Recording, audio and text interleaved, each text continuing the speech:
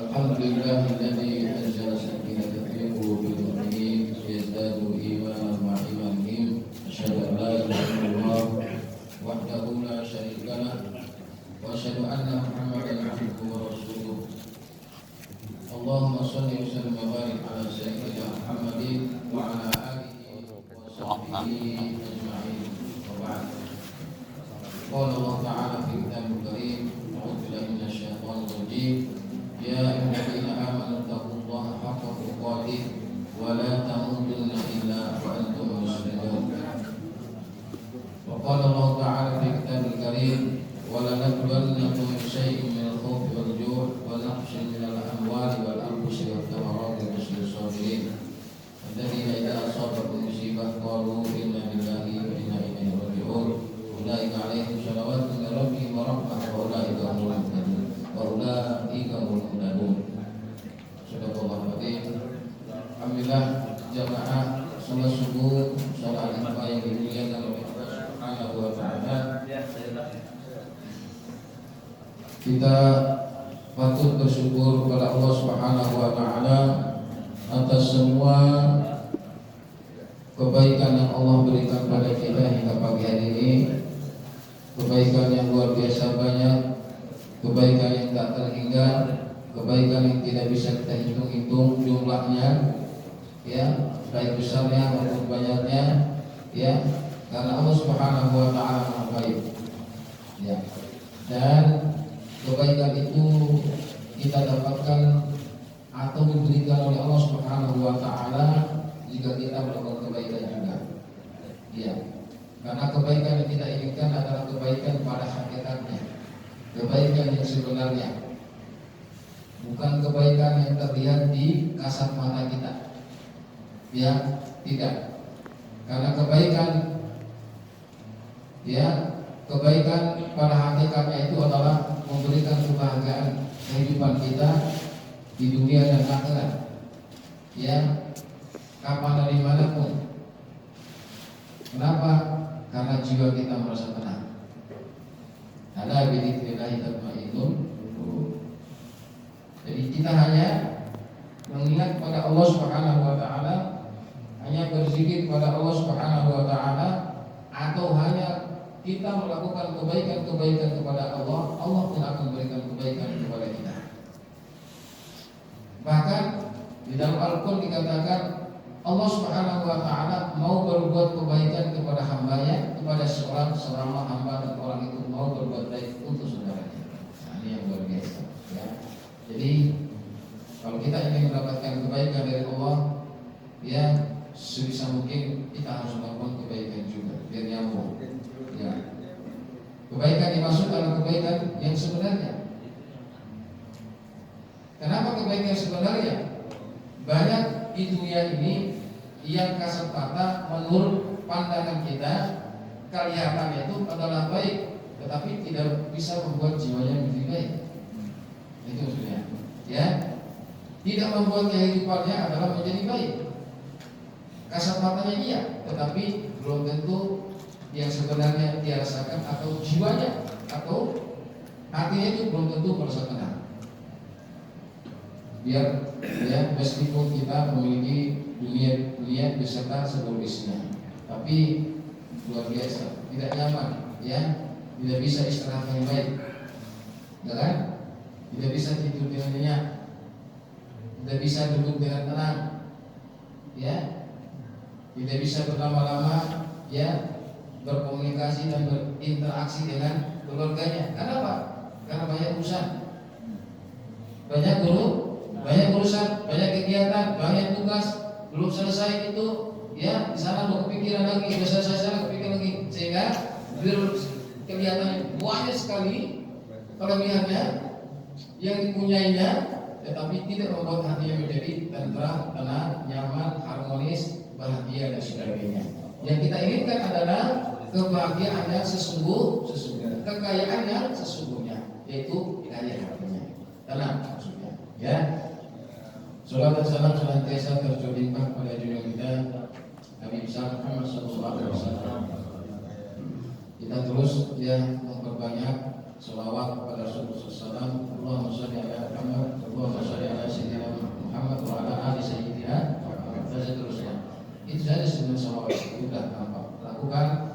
baca berkali-kali, ya, puluhan kali, ratusan kali, sebanyak mungkin, karena pahalanya buat kita, ya. Pahala dan kebaikan kepada Rasulullah SAW karena beliau adalah manusia yang paling sempurna, ya kan, yang paling baik, yang paling soleh, kasih Allah Subhanahu Wa Taala sudah dijamin surga, dan surga yang paling tinggi. Nah, sholawat itu akan kembali kepada kita yang membacanya. Semakin banyak kita baca sholawat kepada Rasulullah SAW, maka kebaikan dan pahala semakin banyak yang kita dapatkan dari Allah Subhanahu Wa Taala. Bahkan nanti dari kita memperbanyak membaca sholawat itu juga akan mendapatkan syafaat nanti di yaumil akhir. Bahkan mudah-mudahan dengan itu juga kita diberi izin kesempatan oleh Rasulullah SAW untuk bisa dan dapat minum di telaga Kausarnya.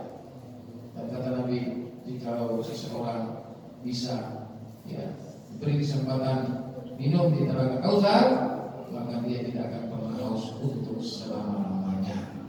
Masya, kita minum sekali sekian jam sudah haus, ya. Puasa satu hari nanti satu berapa kelas kita dibalaskan sore hari. Nah ini selama-lamanya bukan selama-lamanya dunia. Dunia adalah terbatas di hari-hari ya, yang kalau di akhirat untuk selama tidak pernah akan haus lagi. Sekali minum saja. Nah, kita berusaha semaksimal mungkin agar dapat minum di telaga Rasulullah SAW pada kota. Hadirin rahimakumullah. Tema kajian pagi hari ini adalah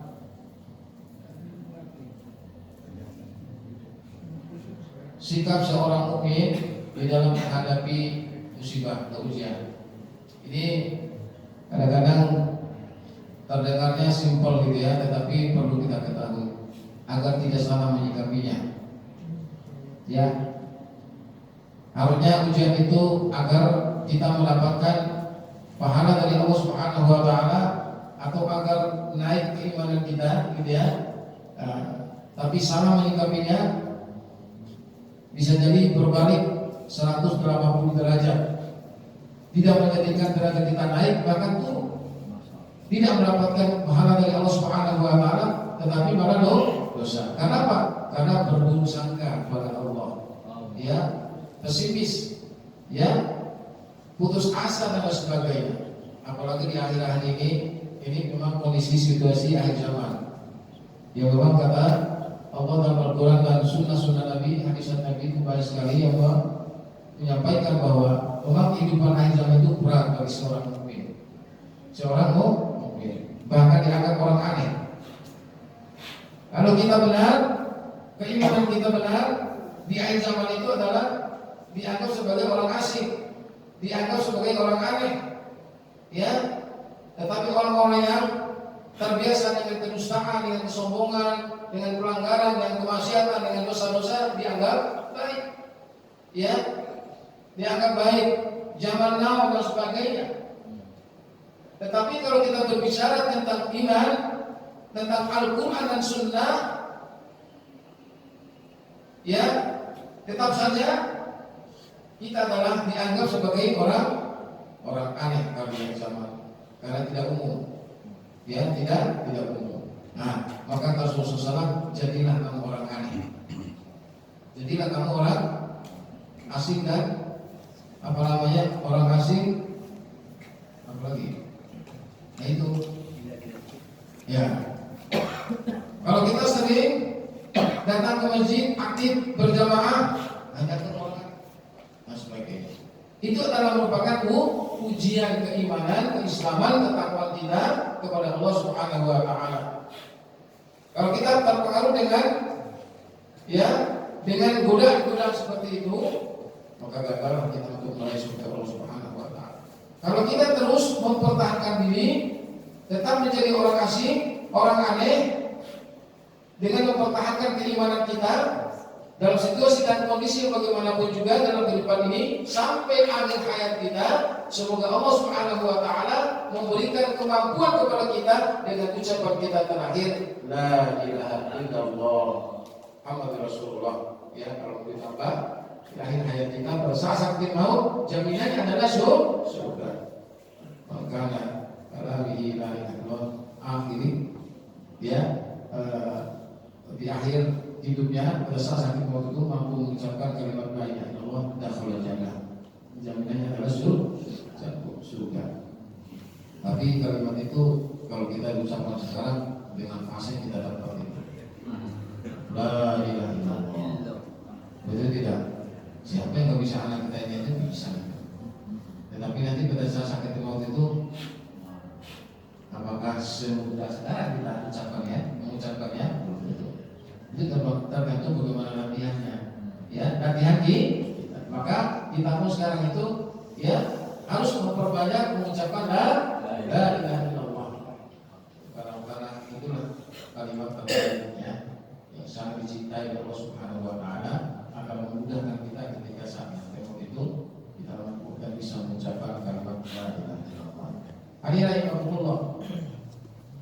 Oleh karena itu Allah Subhanahu wa taala berfirman dalam Al-Qur'an surah Al-Baqarah ya, "Wala nabluwannakum bisyai'in minal khawfi wal ju' wa naqsin minal amwali wal anfusi wat thamarat wa basyyiris shabirin." Ya. Di sini Allah Subhanahu wa taala memberikan kepastian, kejelasan, ketegasan kepada kita celak hambanya bahwa memang ujian hidup itu pasti ada. Pasti ada. Mustahil tidak ada. Tetapi yang menjadi masalah yang kita akan ujian itu adalah sesuatu yang tidak enak, tidak nyaman, kerugian, kesulitan, penderitaan, kekurangan, dan lain sebagainya. Dan anak keturunannya. Terkadang biasanya kita itu menganggap bahwa ujian itu hanya kekurangan. Dan biasanya ujian itu ya, yang lebih berat itu, yang lebih sulit itu adalah kesenangan dan kelebihan. Biasanya membuat orang lupa, apalagi daratan dilupain, lupa daratan. Sudah lupa pikir pula. Itu juga dijelaskan oleh Allah Subhanahu wa taala dalam Al-Qur'an. Ya, sudah lupa pikir. Ya. Jadi biasanya meskipun tidak semua, sebagian biasanya orang-orang orang-orang kayak itu biasanya hitung-hitungan. Ya, sekarang itu tidak semua, sebagian. Ya, dan orang-orang baik itu biasanya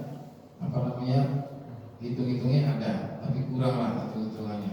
Kalau untuk akhirat misalnya udah gitu ya. Nah, kenapa? Ya karena untuk kita. Ya, itu ujian juga. Nah, hadirin rahimakumullah, kita semuanya sudah sama-sama bisa memahami kondisi sekarang ini. Ya, hanya kewajiban kita ini memang harus mempertebal iman, Islam, takwa kita, semakin rapat kita dengan Allah Subhanahu wa taala. Dengan selamat, karena Quran yang luar biasa. Ya, situasi kondisi sekarang ya kita sama-sama tahu, ya kan? Susah yang paling berat sekarang.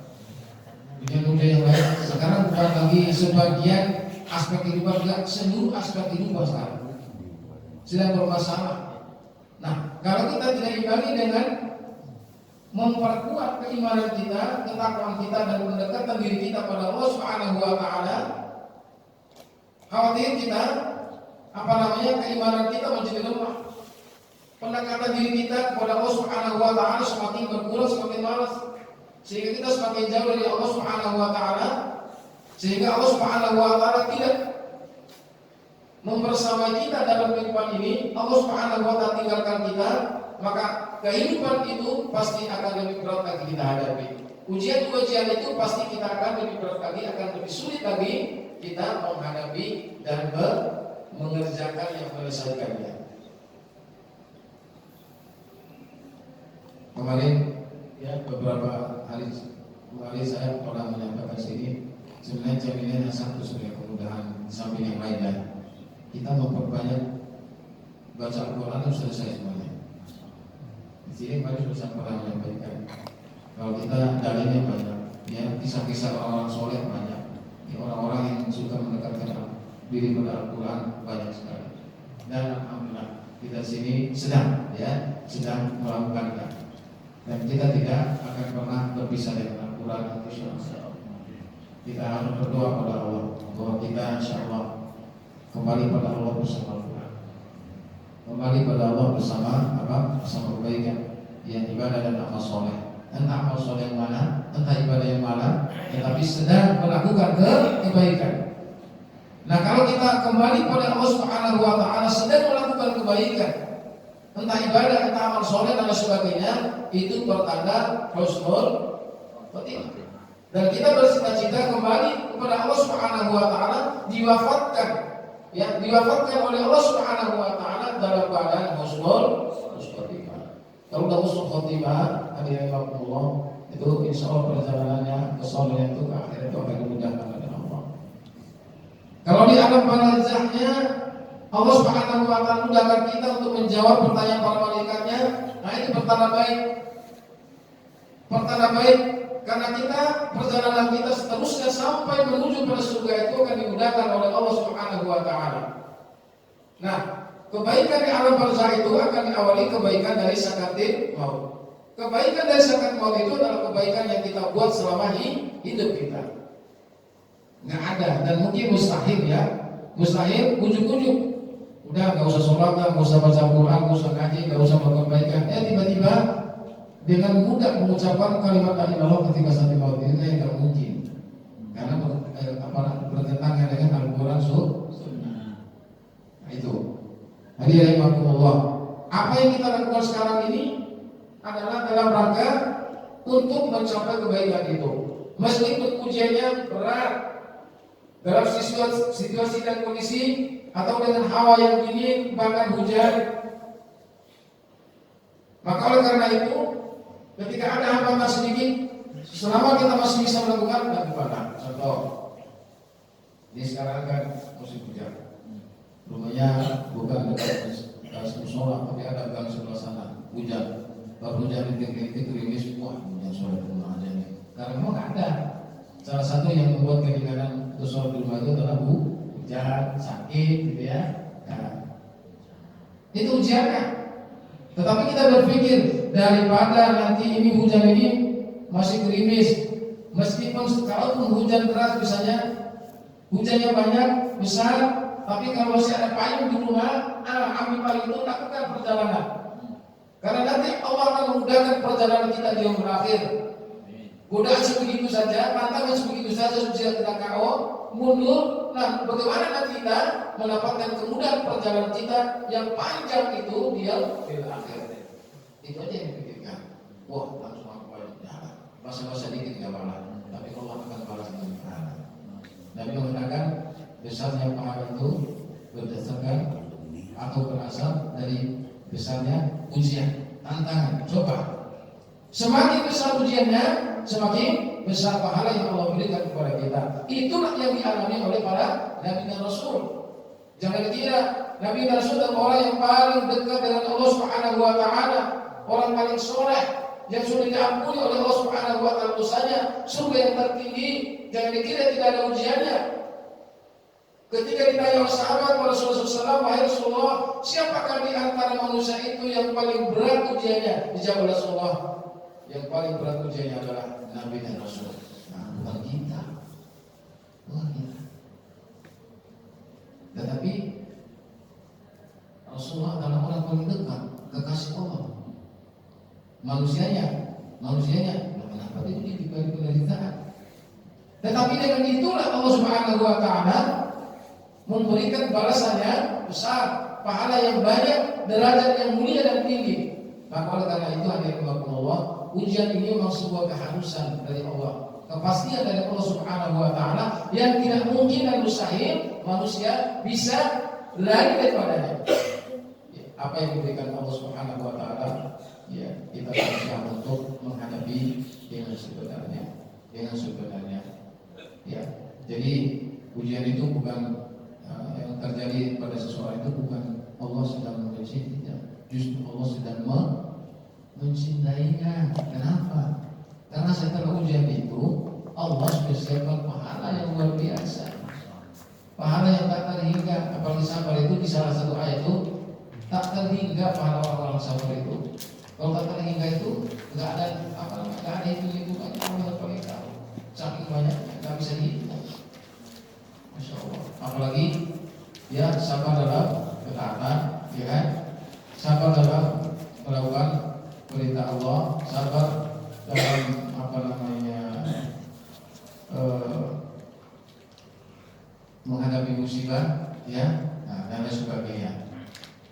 sabar melakukan perintah-perintah Allah. Nah ini semuanya dengan sabar. Kalau nggak sabar susah. Ya. Allah sudah katakan dalam Al-Quran surah Baqarah ini, ya sedikit ketakutan, ujiannya, khawatir, bahkan rasa takut. Nah sekarang kita sedang diuji dengan ketakutan sekarang. Ya, karena banyaknya godaan ujian dan sebagainya, masalah banyak. Ya di kehidupan kita di akhir zaman. Yang tadi pada saat kita muda, ya tidak mengalami hal seperti ini. Tapi sekarang sudah sedang terjadi semuanya. Ya, sedang terjadi semuanya. Apalagi ujian keimanan kita sekarang, ujian keislaman kita sekarang juga sedang dialami oleh kita semuanya. Ya, oleh karena itu kita masih memiliki Al-Quran, kita masih memiliki Sunnah Rasulullah SAW sebagai panduan hidup kita untuk dunia dan akhirat. Maka kewajiban kita, keharusan bagi kita, semakin banyak kita berinteraksi dengan Al-Quran Sunnah. Di samping membacanya, mempelajarinya, juga memahami isi kandungannya. Namanya sebuah panduan harus diketahui, ya. Tidak sekedar bisa baca, tapi panduannya apa nih disuruh ya jalan lurus, bengkok, kiri, kanan, atas, lompat atau apa bagaimana ceritanya. Nah kalau hanya bisa baca tapi tidak bisa maknainya, bahaya juga. Ya, sedikit banyak kita juga harus mentadabburinya agar apa yang diinginkan oleh Allah, apa yang diperintahkan oleh Allah Subhanahu wa taala dilaksanakan dengan baik untuk menuju ke keselamatan dan kesuksesan dunia akhirat. Inna hadza sirati mustaqiman. Wala tatabi'u subula wa tafarraqu bikum an sabili. Inna hadza sirati mustaqiman fattabi'uhu. Inilah jalan yang lurus. Ya, apa itu jalan lurus? Agama Allah, Al-Quran dan Sunnah. Ikutilah jalan itu kata Allah Subhanahu wa taala, artinya ikutilah panduan Al-Quran dan Sunnah. Jangan mengikuti yang lain kalau ingin kita selamat hidup dunia dan akhirat. Wala tatabi'u subula fatafarraqu bikum an sabili. Jangan mengikuti jalan lain yang menjadikan kamu tercerai-berai. Ya. Yang menjadikan kamu tidak sukses, tidak selamat di dalam kehidupan dunia, apalagi dalam kehidupan akhirat. Kalau apalah juga sama sedang dilanda oleh sebagian orang sekarang itu, dan pekerjaan semakin susah baik di kota maupun di daerah. Nah, nggak tahu sekarang kalau saya dengar di daerah saya sana ya, jadi kesulitan untuk apa? Pekerjaan lapangan maupun susah. Orang jualan nggak laku, masih bertanya nggak begini. Padahal di kampung saya itu penghasil bawang merah itu luar biasa banyak. Nganggur Pak, sudah murah nggak ada yang beli. Sekarang kemarin saya dengar demo di Parlemen Bupatinya terkait dengan bawang. Itu sudah rumah, sudah murah katanya, nggak sesuai dengan pemeliharaannya, obat yang luar biasa mahal. Jadi jangan kata orang nengok nggak ada. Yang biasanya itu keluar itu langsung habis. Sekarang nggak ada. Jadi pada berburu semuanya. Ya wajar karena orang capek luar biasa habis modal, tapi ketika itu nggak ada orang beli dan harganya juga murah sekali, tidak sesuai dengan biaya pemeliharaannya. Nah ini salah satu. Dan ini bukan saja di sana. Kayak di sebagian, mungkin sebagian besar di daerah-daerah di negara kita mengalami semuanya. Nah ini kan sebuah ujian yang luar biasa. Kalau tidak kuat imannya, bisa stres, bisa juga akidahnya. Jadi seperti itu. Ternyata kalau alam ya, ternyata setelah berkat ilmu, ya itu tadi komentar iman dan sebagainya. Sehingga ya, ilmu yang luar biasa. Kemudian setelah 3 tahun ternyata ada impor bawang merah itu padahal di negara kita luar biasa banyak. Nggak akan habis kalau kita.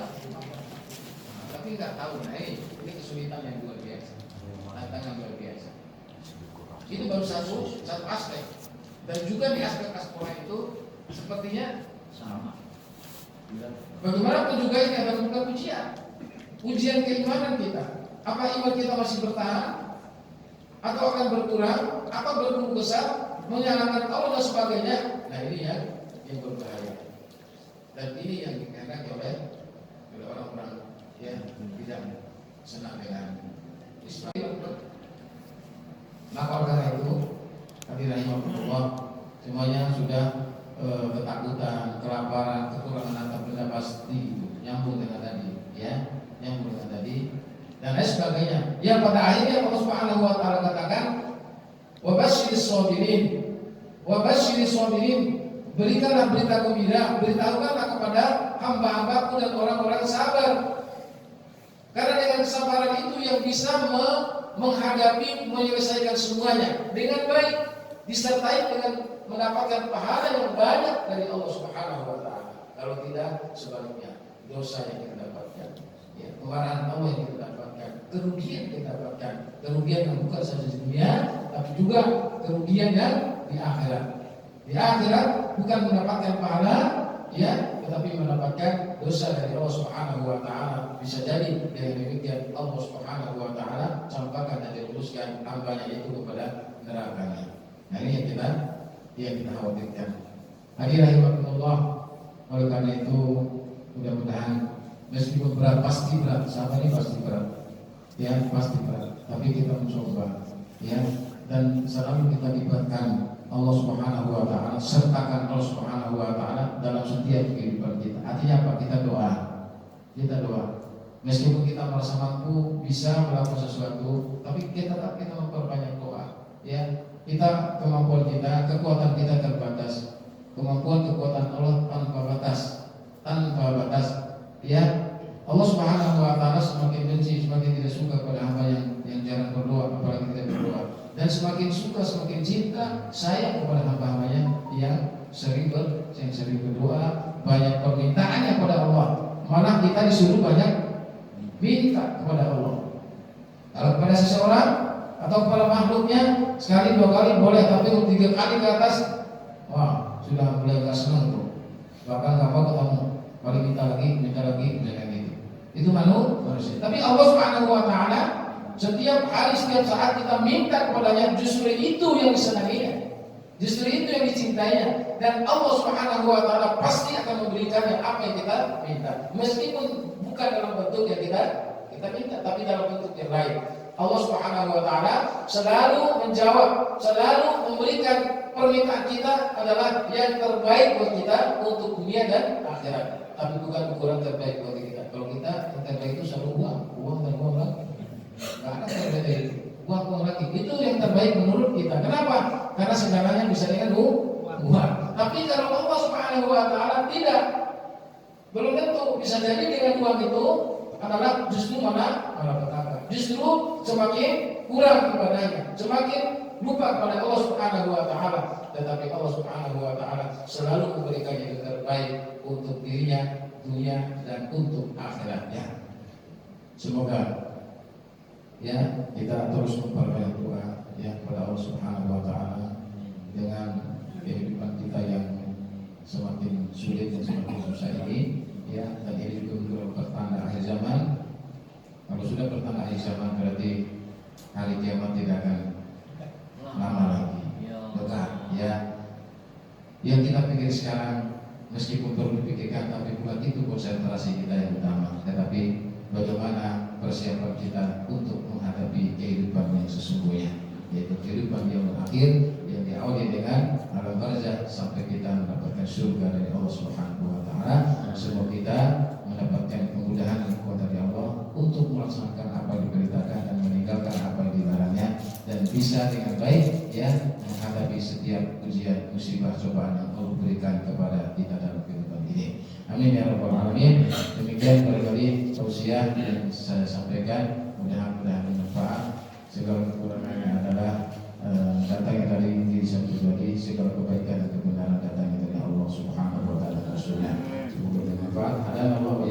Wassalamualaikum warahmatullahi wabarakatuh. Waalaikumsalam warahmatullahi wabarakatuh. Demikian kajian Ba'da Subuh Pak Ustadz Ismail Hasan dengan tema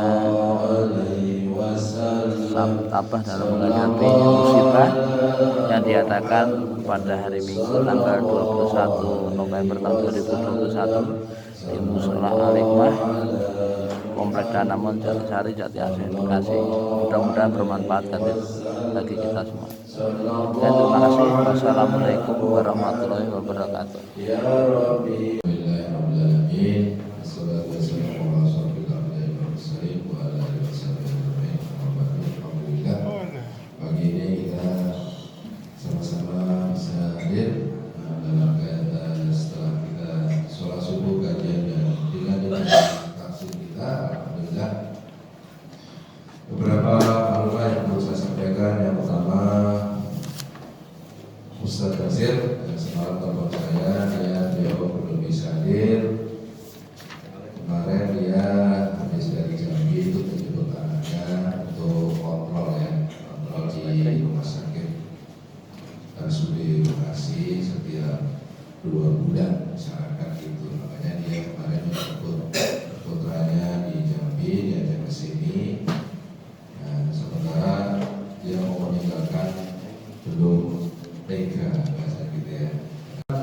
Assalamualaikum warahmatullahi wabarakatuh. Pagi ini setelah kajian subuh pada hari Minggu tanggal 21 November tahun 2021 kita mulai taksin di Musola Al-Hikmah Komplek Danamon Jatisari Jatiasih.